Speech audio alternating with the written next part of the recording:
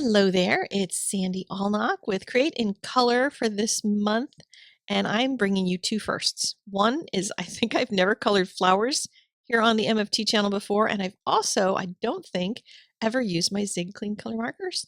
Maybe I have, but if so, I couldn't figure out when that was. So let's get it going. I've picked out three color combinations to use with this beautiful freshly picked bouquet flower stamp, and I've stamped it with some waterproof ink onto Canson XL watercolor paper.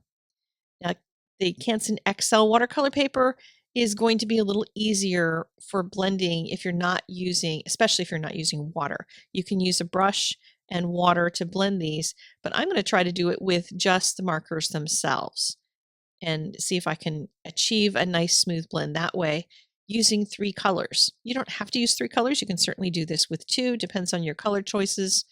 But of course, I picked ones that were really similar to each other, so they'll blend really easily. Anything next to each other on the color wheel is always going to work better together when you're trying to do blending. Each one of these flowers, I'm starting with the darkest color on the inside and then moving toward the lighter color at the tip. If you want that yellow to be super pure, which I didn't care about in this one because these are poppies and they have a really orangey type of yellow anyway, then if you want the yellow to stay pure, then color the yellow portion first by itself and be careful not to drag any of that color from the darker areas into the yellow. But as I said here, I'm not worried about that, so I'm just using the markers to go back into the area that I already colored and blend it in that way. Moving the color around and basically doing the same thing on each one of these. Sometimes on some of those smaller flowers, I just use two colors. You don't have to use all three colors just because you started out with that rotation of markers.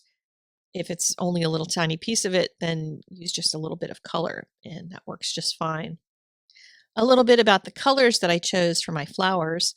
The oranges and yellows are going to be the brightest colors on this, and I chose them especially because there's an odd number of these flowers, and anything odd numbered is generally more pleasing to the eye, whether you're using embellishments or any kind of thing on your card.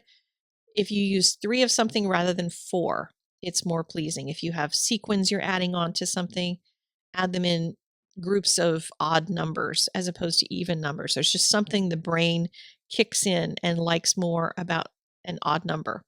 So since those were going to be the brightest ones, I made sure that those were on the flowers that had just three of them on the card.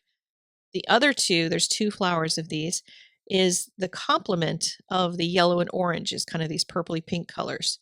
So using complementary colors is also going to be pleasing to the eye. These are kind of opposite each other if you consider yellow and purple as the main colors here, opposite each other on the color wheel.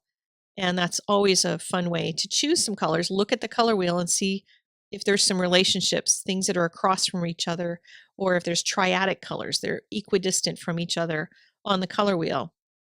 I always use that for just sometimes doing a random, if I don't know what colors to use, I'll just say, okay, today I'm going to pick a triadic color combination that I haven't used before and pull out a color wheel and just start picking from there. So if you're ever really stumped, that's a fun way to do it. So complementary colors are opposite each other on the color wheel, and that's where I'm going with these. So darkest colors in the center of these flowers with the lighter colors on the outside. And bada boom, bada bing, should have just snapped my fingers and made that other flower appear.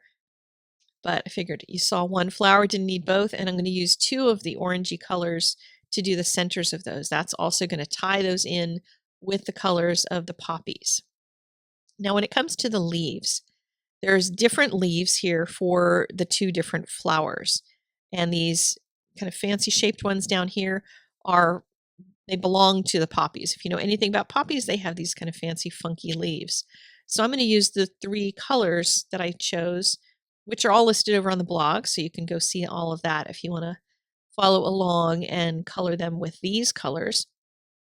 I'm going to do at first a straight blend. So I'm going to go from the darkest color to the medium color and then to the light color, and then show you how you can adapt a little bit to add some depth to those leaves other than just shading from bottom to top.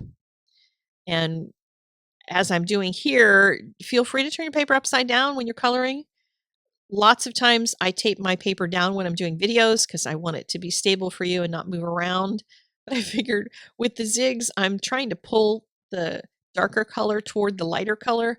And in doing that, it's easier to work this direction rather than trying to push the color the other way with the pens. So you can see I'm getting a nice smooth blend going from the dark to the medium and then to the light on these petals. When you're faced with leaves that don't have any interior definition, there's no veins drawn into this or anything, you can make your own. So I'm going to take the leaf and divide it in half. And one half I'm going to make darker than the other half. And I'm going to do that at first. I'm going to start with just the medium and the light. And you can see I've already got some definition created in this particular leaf. If I go in with a little bit of the darker color too, then I can add even more. And it's just a tiny touch that can make a really huge difference if you just do a little something like that on a leaf. Really easy to do and quick. These zigs are super quick to blend with, a lot easier than a lot of other mediums. So if you haven't really tried much in terms of coloring and blending, zigs are a fun way to start. They also have colors that are super, super bright. I know for lots of you, you use the zigs all the time, so this is not a surprise to you at all. This next set of leaves, the shading is not nearly as important because they're behind these flowers. And if you've established the shading really well on those leaves that show more, the ones down at the bottom, then a person looking at this is going to, in their head, think, oh, this is well shaded. They're not going to worry about whether or not there's that much detail and shading each one of those sections in the same way that I did the main leaf.